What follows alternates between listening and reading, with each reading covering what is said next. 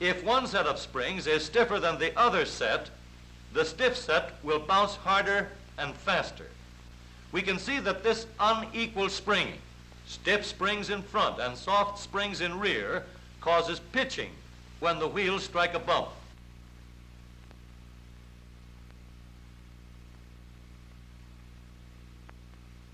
The traced line shows this clearly.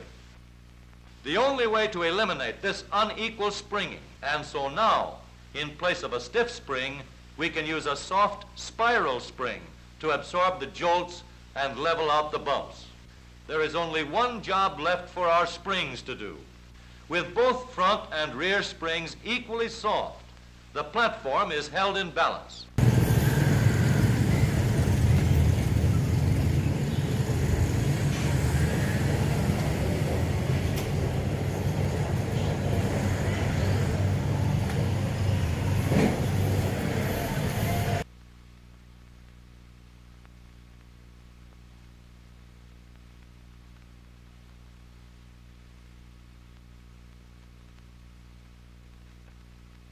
But now that the front and rear springs are soft, we have another problem.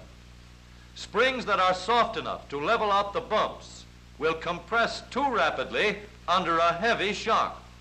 And springs that are soft enough to absorb small shocks have a tendency to continue bouncing after they have been compressed or stretched. So to help the springs absorb heavy shocks, we can slow down their action by means of shock absorbers.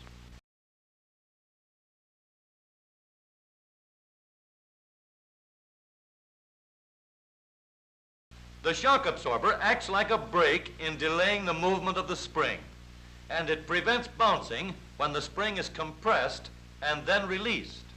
We can make the severest kind of test to see whether we have a method that will really iron out the ups and downs. We'll use a lot more bumps of different sizes, and we'll run them under our wheels at full speed. Now watch the traced line. The traced line seems to be pretty smooth.